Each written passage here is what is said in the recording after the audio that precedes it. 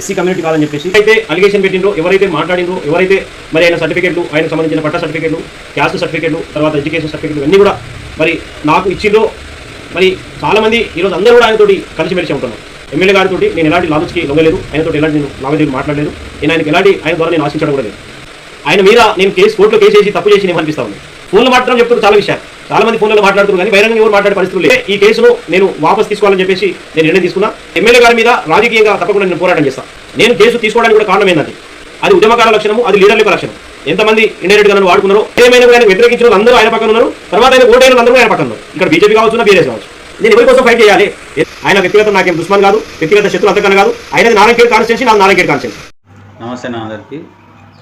ఈరోజు టాపిక్ ఏంటంటే మన జుక్కల్ నియోజకవర్గ ఎమ్మెల్యే లక్ష్మీకాంతారావు, ఆయనపై గతంలో కొన్ని అలిగేషన్స్ కూడా వచ్చినాయి. అక్కడక్కడ ఎస్సీ కాదని చెప్పేసి ఆ వీడియోలో కొద్దిగా వైరల్గా కూడా మారినాయి.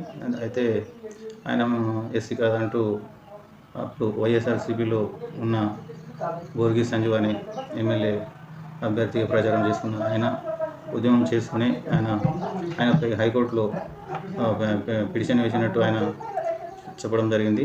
అయితే ఆయనకు ఈయన ఎస్సీ కాదని చెప్పేసి అప్పుడున్న నాయకులు, అంటే వ్యతిరేకించే నాయకులు, దగ్గరున్న నాయకులు ఆయన సర్టిఫికేట్లు, వేరే ఇతర పాస్బుక్లు, అంటే దానిపైన బీసీ అని ఉండడం అవన్నీ ఉన్నాయి. అవన్నీ ఆయనకు అందించి ప్రోత్సహించారు. అంటే ఆయనతోని అంటే వాళ్ళు వెనక నుండి ఆయనకు అంటే ఈయన ఉద్యమం చేస్తాడు అనే విధంగా ఆయనతోని ఆయన జర బాగానే వైరల్ అయిన ఆ మూమెంట్లో.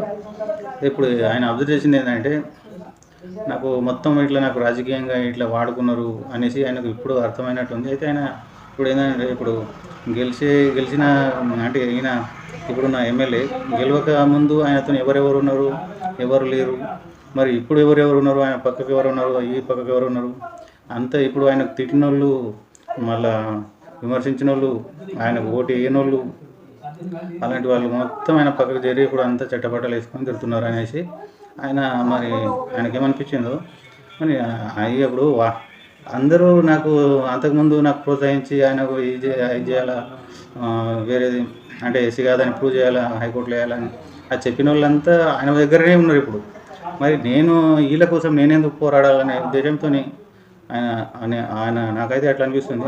ఆయన ఏమనుకుంటున్నాడంటే, ఇప్పుడు నేను అది హైకోర్టులో పిటిషన్ చేసి లాభం ఏముంది, నేను వాపస్ తీసుకుంటాను అనేసి ఒక వీడియో కూడా చేయడం జరిగింది. ఆ వీడియో ఇప్పుడు మనం చూస్తాం. గుణపాఠము, కొందరికి అనుభవం కూడా వస్తుంది. ఇలాంటివి చూసుకుంటూ పోతే ఆయన ఇప్పుడు ఏడాది 2 ఏళ్ళ నుంచి ఆయన మొత్తం చేస్తూనే ఉన్నాడు, కానీ ఆయనకు రాజకీయంగా సపోర్ట్ చేయలే, ఆయన కలిసి రాలేదు, అవకాశం వాపసు తీసుకుంటా అనే విషయం ఆయన ఖచ్చితంగా చెప్తున్నాడు.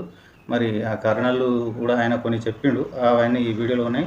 మీరు కూడా మొత్తం వీడియో చూస్తేనే మీకు ఈ సీన్ అంతా అర్థమవుతుంది. కొద్దిగా చూస్తే అర్థం కాదు. దయచేసి పూర్తిగా వీడియో చూడండి. Thank you. స్థానిక ఎమ్మెల్యే శ్రీ తోట లక్ష్మీకాంతారావు గారి మీద ఎస్సీ కమ్యూనిటీ కాదని చెప్పేసి నేను హైకోర్టులో కేసు వేయడం జరిగింది.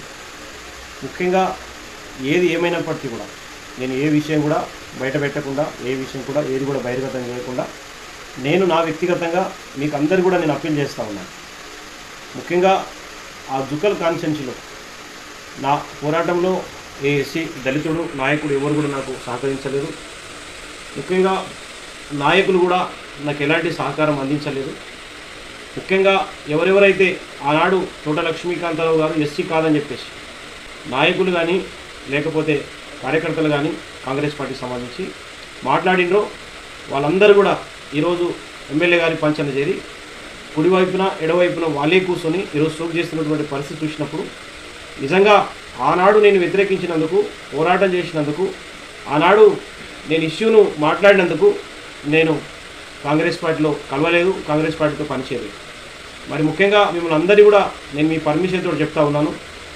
ముఖ్యంగా ఎవరైతే అలిగేషన్ పెట్టిండ్రో, ఎవరైతే మాట్లాడిండ్రో, ఎవరైతే మరి ఆయన సర్టిఫికేట్లు, ఆయనకు సంబంధించిన పట్ట సర్టిఫికేట్లు, క్యాస్ట్ సర్టిఫికేట్లు, తర్వాత ఎడ్యుకేషన్ సర్టిఫికేట్లు ఇవన్నీ కూడా మరి నాకు ఇచ్చిండ్రో. మరి చాలామంది ఈరోజు అందరూ కూడా ఆయనతోటి కలిసిమెలిసి ఉంటున్నారు. కాబట్టి మీకు అందరూ కూడా విజ్ఞప్తి చేస్తూ ఉన్నా, నాకు 2 పిల్లలు, నా ఇద్దరు పిల్లల సాక్షిగా చెప్తున్నా, నేను ఆ ఎమ్మెల్యే గారితో నేను ఎలాంటి లాలుచికి లొంగలేదు, ఆయనతో ఎలాంటి నేను లావాదేవీలు మాట్లాడలేదు, నేను ఆయనకి ఎలాంటి ఆయన ద్వారా నేను ఆశించడం కూడా లేదు. తప్పకుండా మీకు అందరూ కూడా ఒక మాట ఇస్తా ఉన్నా, కాంగ్రెస్ పార్టీ వైఫల్యాల మీద, ప్రజా వ్యతిరేక విధానాల మీద, స్థానిక ఎమ్మెల్యే గారు ఇచ్చినటువంటి ఆ హామీల మీద దాదాపుగా నాకు శక్తి మేర భగవంతుడు నాకు ఎంత శక్తి ఇస్తే, ఎంత తెలివితేటలు ఇస్తే, నాకు ఎంత పరిజ్ఞానం ఉంటే, ఎంత మరి నాకు ఉన్నటువంటి సాయశక్తుల్లో పూర్తిగా నేను ఎమ్మెల్యే గారిని ప్రశ్నిస్తా, తర్వాత ప్రభుత్వాన్ని ప్రశ్నిస్తా, ముఖ్యమంత్రిని కూడా ప్రశ్నిస్తా. ఇది మీకు మాట ఇస్తా ఉన్నా. 100 రేట్లు ఏ పార్టీ కూడా ప్రశ్నించనంతగా నేను ప్రశ్నించడానికి నా కార్యాచరణ నాకుంది, నా బేస్ నాకుంది. కానీ ముఖ్యంగా ఈరోజు నేను ఆయన మీద నేను కోర్టులో కేసు వేసి తప్పు చేసి నేను అనిపిస్తూ ఉన్నాను. కారణం ఏంటంటే, నేను కేసు వేసినటువంటి క్రమంలో, నేను పోరాటం చేసినటువంటి క్రమంలో ఏ ఒక్కరు కూడా నాకు అండగా లేకపోవడము, నాకు మద్దతు ఇవ్వలేకపోవడము. ఫోన్లో మాత్రం చెప్తున్నారు చాలా విషయాలు, చాలామంది ఫోన్లలో మాట్లాడుతున్నారు, కానీ బహిరంగంగా ఎవరు మాట్లాడే పరిస్థితులు లేదు. గతంలో కూడా ఈనాడు కూడా ఒక బోర్గి సంజీవ్ పోరాటం చేయడానికి మంచోడని చెప్పేసి అన్ని విషయాలలో నాకు పోరాటం చేయడానికి వాడుకున్నాను. కానీ మరి ముఖ్యంగా హైకోర్టులో పెట్టినటువంటి కేసును నేను ప్రజలందరి అనుమతితోటి రేపు కాలం నిర్ణయించాలి, నాకు సంబంధం లేని విషయము.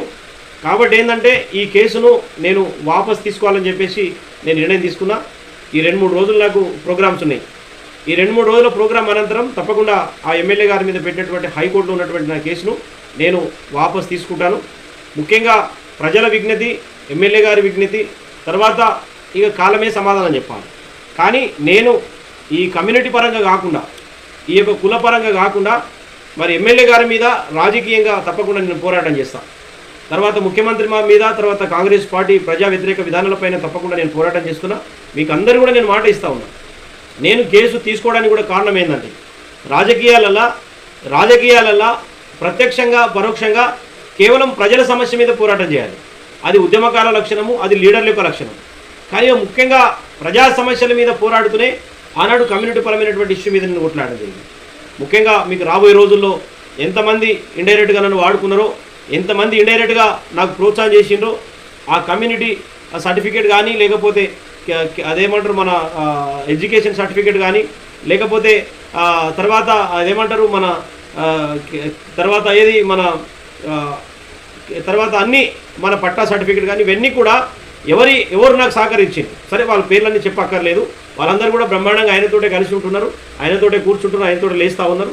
సరే, ఏదేమైనా కూడా ఆయనకు వ్యతిరేకించిన వాళ్ళు అందరూ ఆయన పక్కన ఉన్నారు. తర్వాత ఆయనకు ఓటైన వాళ్ళందరూ కూడా ఆయన పక్కన ఉన్నారు. ఇక్కడ బీజేపీ కావచ్చు, బీఆర్ఎస్ కావచ్చు.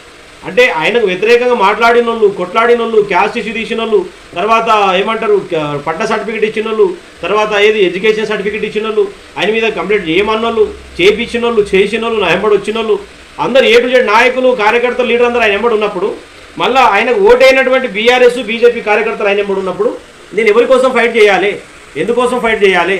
కాబట్టి నేను పేద ప్రజల కోసం ఫైట్ చేస్తా, తర్వాత కార్యకర్తల కోసం ఫైట్ చేస్తా, తర్వాత SC, ST, BC మైనారిటీ ప్రజల కోసం ఫైట్ చేస్తా.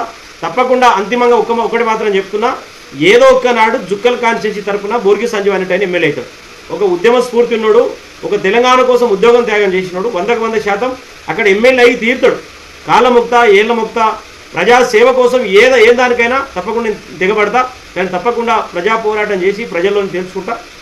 ఆయన వ్యక్తిగతం నాకేం దుష్మాన్ కాదు, వ్యక్తిగత శత్రు అంతకన్నా కాదు. ఆయనది నారాయణఖేడ్ కాన్స్టిట్యున్సీ, నాది నారాయణఖేడ్ కాన్స్టిట్యున్సీ.